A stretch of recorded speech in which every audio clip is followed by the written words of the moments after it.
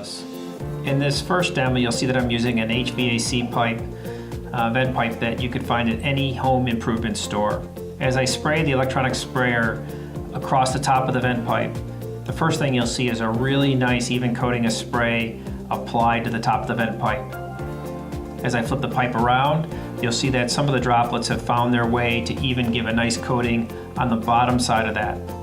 That's because the vent pipe is negatively charged naturally and by the way I'm holding it. And thirdly, you'll see that's because the particles don't want to hang out in the air. They literally will come back into the vent pipe and start to coat the inside of the pipe.